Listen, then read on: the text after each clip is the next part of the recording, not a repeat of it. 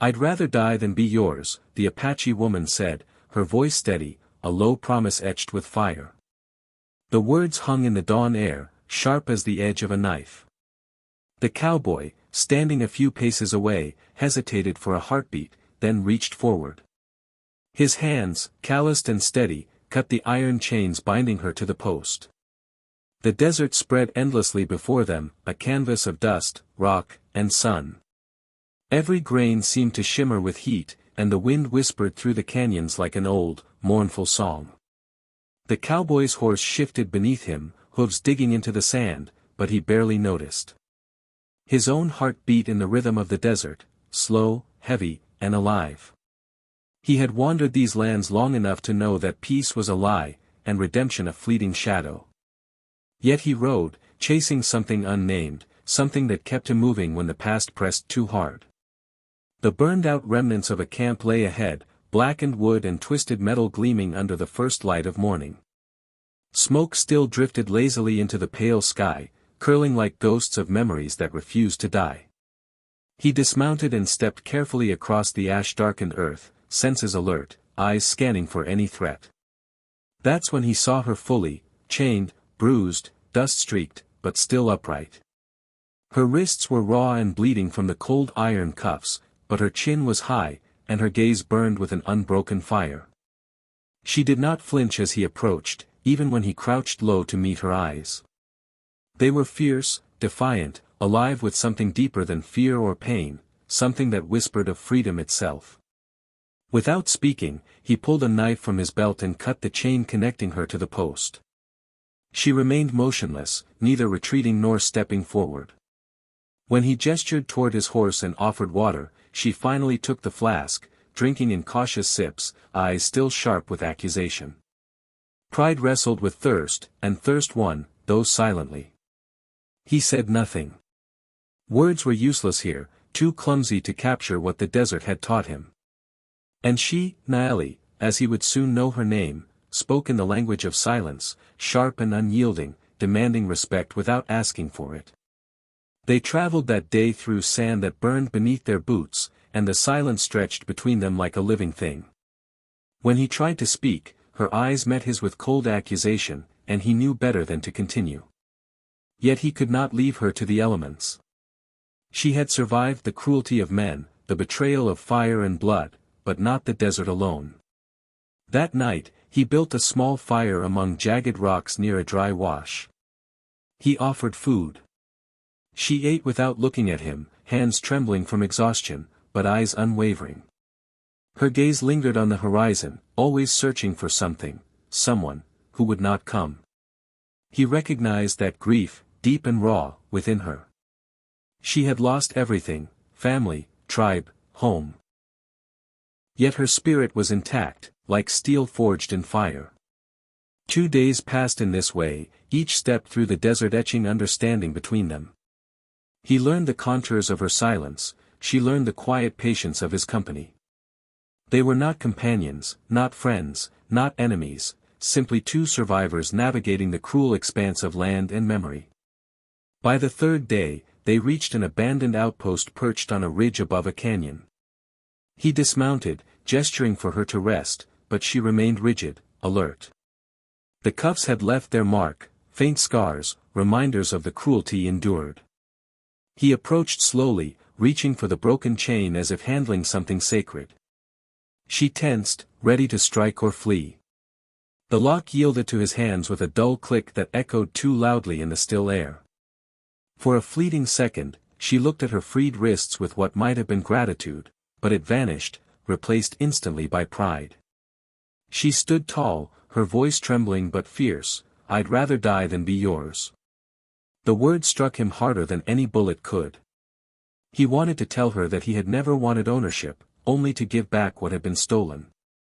But he could not find the words. He simply watched as she turned toward the horizon, walking away with unbroken dignity.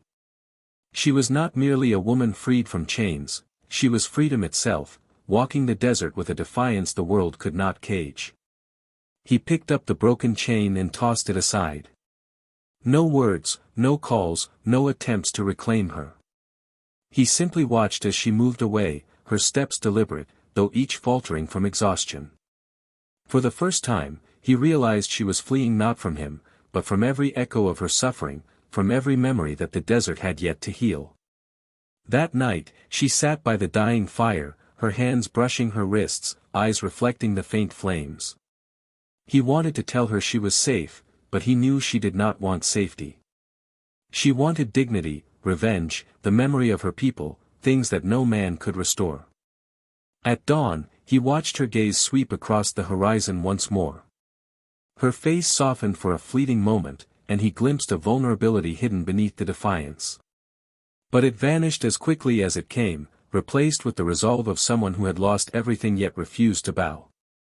He followed at a distance, knowing the desert would not forgive weakness.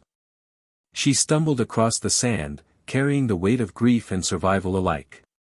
When she finally collapsed near a dry riverbed, he moved silently, lifting her with care. She resisted for a moment, but her strength had been spent. Her eyes met his, fierce and unyielding, but weary. He carried her to shade, waiting until she opened her eyes again. When she spoke, it was her first word of identity, Naili. He repeated it softly, tasting the name, foreign but beautiful. Her story emerged in fragments. Village burned, brother killed, people scattered, the men who chained her responsible for every loss. He listened, guilt gnawing at him. Not long ago, he had ridden with men who might have done the same. He did not tell her. Some truths were too heavy for words. Days melted into weeks. They rode together through the unforgiving lands, not as friends, not as lovers, not as family, but two souls shaped by loss, bound by survival. Sometimes she hummed her tribe's songs, haunting and soft. Sometimes he listened to the wind, wondering if this was what redemption felt like. Slowly, trust grew in small increments.